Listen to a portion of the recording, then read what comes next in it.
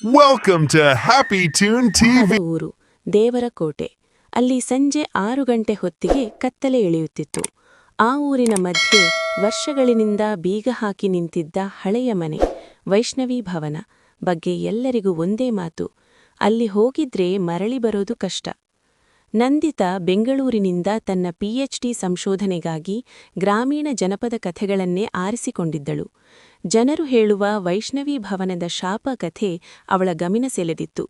ಊರವರು ಎಚ್ಚರಿಸಿದರೂ ಅವಳು ನಗುತ್ತಲೇ "ನಾನು ಭೂತಗಳನ್ನು ನಂಬೋದಿಲ್ಲ" ಅಂದಳು. ಮಳೆಗಾಲದ ಒಂದು ಮಂಕು ಸಂಜೆ ನಂದಿತಾ ಕ್ಯಾಮೆರಾ ನೋಟ್ಬುಕ್ ಹಿಡಿದು ಭವನದ ಮುಂದೆ ನಿಂತಳು.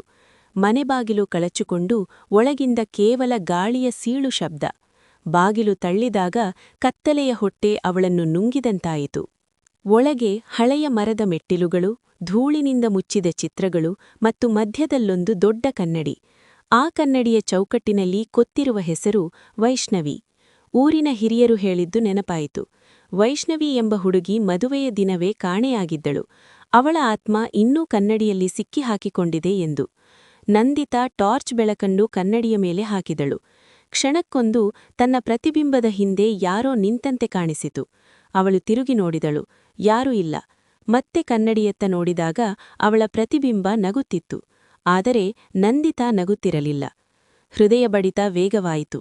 ಇದು ಕೇವಲ ಮನಸ್ಸಿನ ಆಟ ಎಂದು ತನ್ನನ್ನೇ ಸಮಾಧಾನಪಡಿಸಿಕೊಂಡಳು. ಮೇಲ್ಮಹಡಿಯಿಂದ ಪಾದಸದ್ದು. ನಿಧಾನವಾಗಿ ಮೆಟ್ಟಿಲು ಏರಿದಳು. ಪ್ರತಿಯೊಂದು ಹೆಜ್ಜೆಯಲ್ಲೂ ಮರದ ಮೆಟ್ಟಿಲುಗಳು ಕಿರುಚುತ್ತಿದ್ದವು. ಮೇಲೆ ಒಂದು ಕೊಠಡಿ ಮಾತ್ರ ತೆರೆದಿತ್ತು. ಒಳಗೆ ಹಳೆಯ ಮದುವೆ ಸೀರೆ, ಹೂವಿನ ಒಣಗಿದ ಹಾರ ಮತ್ತು ಗೋಡೆಯ ಮೇಲೆ ರಕ್ತದಂತೆ ಕಾಣುವ ಕೆಂಪು ದಾಗು. ನಂದಿತಾ ಹತ್ತಿರ ಹೋದಳು. ಅದು ರಕ್ತವಲ್ಲ, ಕುಂಕುಮ. ಆದರೆ ಹಠಾತ್ ಆ ಕುಂಕುಮ ದಾಗು ಹರಿಯತೊಡಗಿತು, ನೆಲದತ್ತ ಕೆಂಪು ಹಾದಿ ಬಿಡುತ್ತಾ. ಅವಳ ಕಾಲುಗಳು ಗಟ್ಟಿಯಾಗಿ ನೆಲಕ್ಕೆ ಅಂಟಿದಂತಾದವು.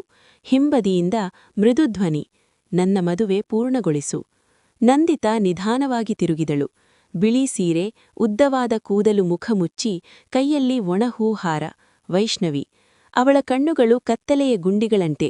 "ನನ್ನನ್ನು ಯಾರೂ ನೋಡಿಲ್ಲ, ನನ್ನ ಕಣ್ಣೀರನ್ನು ಯಾರೂ ಕೇಳಿಲ್ಲ" ಎಂದು ಧ್ವನಿ ಮರುಳಿತು.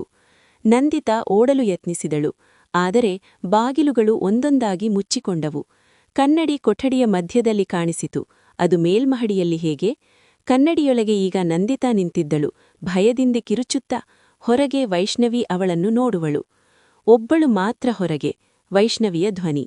ನಂದಿತಾ ತಲೆಯಾಡಿಸಿದಳು. "ನಾನು ನಿನ್ನ ಕಥೆ ಬರೆಯುತ್ತೇನೆ, ನಿನ್ನ ನೋವನ್ನು ಜಗತ್ತಿಗೆ ಹೇಳುತ್ತೇನೆ, ದಯವಿಟ್ಟು ನನ್ನನ್ನು ಬಿಡು." ಕ್ಷಣಕ್ಕೊಂದು ನಿಶ್ಶಬ್ದ.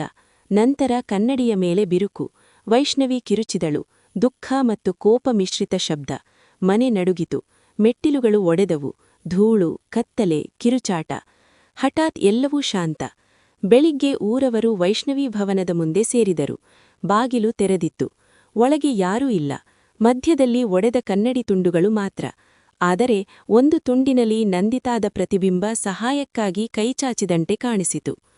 ಆ ದಿನದಿಂದ ದೇವರಕೋಟೆಯಲ್ಲಿ ಹೊಸ ಕಥೆ ಹುಟ್ಟಿತು. ವೈಷ್ಣವಿ ಒಬ್ಬಳೇ ಅಲ್ಲ, ಈಗ ಕನ್ನಡಿಯೊಳಗೆ ಇಬ್ಬರು. ಸಂಜೆ 6 ಗಂಟೆ ಹೊತ್ತಿಗೆ ವೈಷ್ಣವಿ ಭವನದ ಕಿಟಕಿಯಿಂದ 2 ನೆರಳುಗಳು ಹೊರಗೆ ನೋಡುವಂತೆ ಕಾಣುತ್ತವೆ ಎಂದು